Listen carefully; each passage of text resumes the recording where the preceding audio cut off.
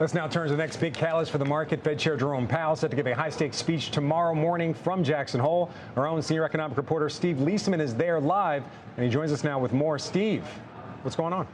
Hey, Frank. Good afternoon there. After yesterday's minutes, a big downward revision in jobs and commentary from Fed officials here, the market is positioned ahead of that Jackson Hole speech by the Fed chair confidently for a September rate cut and a series of cuts to come. But there are substantial questions. Maybe some get answered tomorrow by the Fed chair. Among them, 25 or 50 in September. Is the market too dovish in its outlook for 100 basis points of rate cuts? And how much underlying economic weakness or strength is there, which gets to the issue of how far from neutral is the Fed and does it need to be? Philly Fed President Patrick Harker telling us this morning that he sees methodical cuts coming.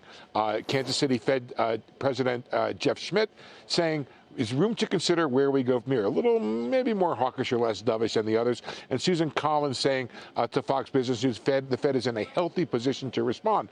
That's an important point there if that's right. All Fed officials say the data is going to help them figure out the pace and the amount of cuts, whether they can take their time getting there to neutral or end up having to hurry, Frank. So it's all about how well positioned the Fed is for whatever the outcome is when it comes to the data, Frank.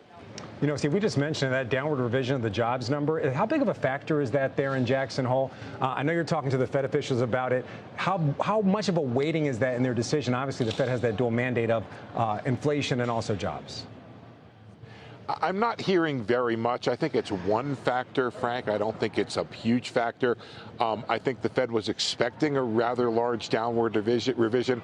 That's one. Two, it is in the rearview mirror.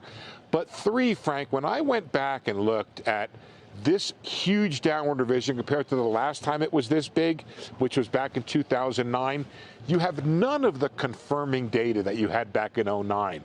It's not like the government revises the payroll data suggesting that we're at recessionary levels and none of the other data confirms that.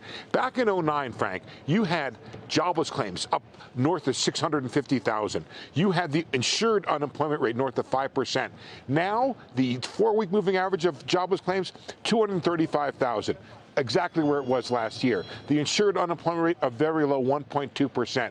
The economy is still growing. Back then, the economy had been in the tank for 4 straight quarters, and the NBR had already declared a recession. So there is no confirming data to this, which kind of lends a bit of credence, Frank, to this idea from Goldman that maybe it was overstated in terms of how much reduction there was. Well, see, I think the question is what does matter? Of course, we have a PCE report coming up a week after tomorrow. Then we have another jobs report ahead of that next meeting. What matters? We're going to hear from Jay Powell tomorrow. At least we're going to get to read his speech. We're expecting to see a lot of forward guidance, but how much guidance can he give with those 2 big reports coming up? So that's a really great way to put it, Frank. You do have what does matter is the incoming data, the contemporary data matter, which, of course, by the way, the Fed has to take, as do all investors, with some bits of a grain of salt. We know that the government makes mistakes, and sometimes they make big ones. The point is they come forward and they correct them, even if it's before an election. You know, there's a lot of conspiracy theories out there on the web, which are kind of ridiculous. In any event, that's going to matter. The upcoming data that's on the way, that's one. Two is how all this affects the outlook. And three is this notion, I told you the other day, Frank, put well positioned in your bingo card. And that's really an important question for the Fed.